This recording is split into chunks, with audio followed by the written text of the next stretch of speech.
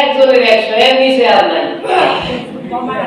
এর চেয়ে কম চাচা বলতেছে এর চেয়ে কম আর আছে, এর চেয়ে কম আছে না দিলে বুঝছেন নি? তাহলে সর্বশেষ 100 টাকা। এই ক্ষেত্রে আসলে কয়েক রকমে কয়েকটা খাদ্য দ্রব্য দিয়ে দেওয়া যায়।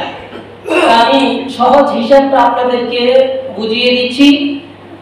আর প্রথম হলো পনিরের হিসাব।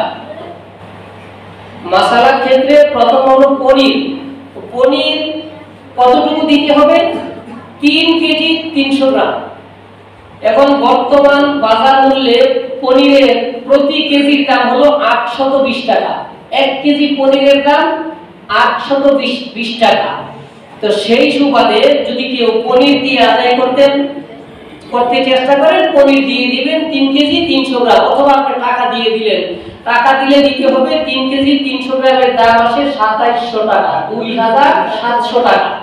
কথাটা একেবারে ক্লিয়ার।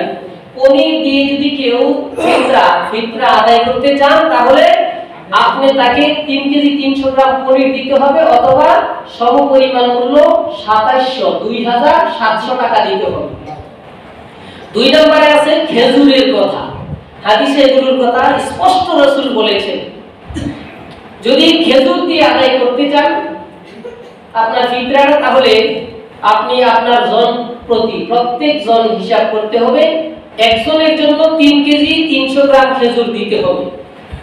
তো খেজুরেরও কিন্তু কোয়ালিটি আছে, এমনও খেজুর আছে 2000 টাকা কেজি। তবে মোটামুটি মিডিয়াম একটা সরকার হিসাব করেছেন 700 টাকা। 700 টাকা হলে মোটামুটি একটু ভালো পাওয়া যায়। তো আপনি 3 কেজি 300 গ্রাম খেজুর দেবেন, অথবা সমপরিমাণ টাকা 2300 টাকা খেজুর দিয়ে আদায় করলে আপনাকে 2300 টাকা দিতে হবে একজনের জন্য ফিতরা। 4 নম্বরে হাদিসে আছে কিশমিশের কথা। কিশমিশ এই সমপরিমাণী, কিশমিশও 3 কেজি 300 গ্রাম। বর্তমান বাজার মূল্য কিশমিশের 1 কেজি কিশমিশ 600 টাকা। তো আপনি যদি কিশমিশ না দিয়ে টাকা দেন, তাহলে আপনাকে 3 কেজি 300 গ্রাম কিশমিশের বর্তমান বাজার মূল্য 2000 টাকা, 1 কেজি 600 টাকা। সেই অনুপাতে 3 কেজি 300 গ্রামের মূল্য হলো 2000 টাকা। যদি আপনি কিশমিশ দিয়ে এই ফিতরা আদায় করতে চান, তাহলে আপনাকে 2000 টাকা দিতে হবে। এরপরে হলো জব ওই ঠিক সেই পরিমাণে 3 কেজি 300 গ্রাম। বর্তমান জবের বাজার মূল্য হলো 120 টাকা কেজি। 120 টাকা কেজি দরে 3 কেজি 300 গ্রামের বাজার মূল্য 400 টাকা। কেউ যদি জবের হিসাব করে ফিতরা আদায় করেন, তাহলে আপনাকে 400 টাকা দিতে হবে। সর্বশেষ গম অথবা আটা।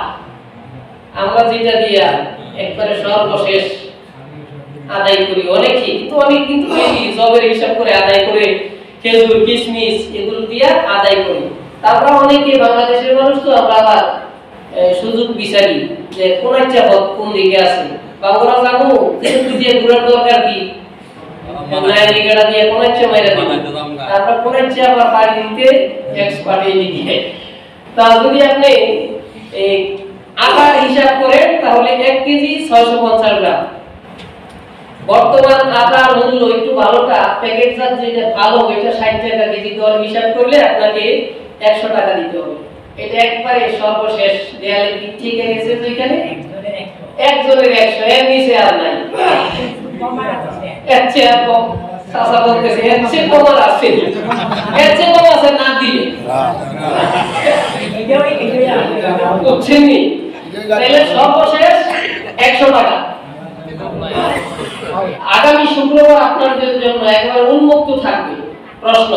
কারো কোনো প্রশ্ন থাকলে, আজকে আসলে 2-4-5 মিনিট সময় বেশি হয়ে গেছে, আগামী শুক্রবার ইনশাআল্লাহ ইমাম সাহেব থাকবেন, আমিও থাকবো। আপনাদের জন্য উন্মুক্ত প্রশ্নের সুযোগ থাকবে। যার যে রকম প্রশ্ন আপনারা করবেন, আমরা ইনশাআল্লাহ জবাব দেওয়ার চেষ্টা করব।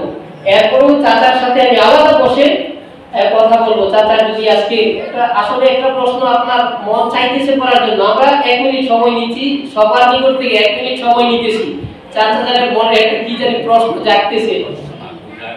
জি, জাকাত আর ফিতরা দুটোটা মিলে কি 100 টাকা? 100 টাকার কোনো যাকাত 100 টাকা হবে না। যাকাত তাই দেবে যার যাকাতের নিসাব পরিমাণ মাল থাকবে। এটা আবার বিস্তারিত আলোচনা। নিসাব পরিমাণের মালিক হলেই তাকে যাকাত দিতে হবে।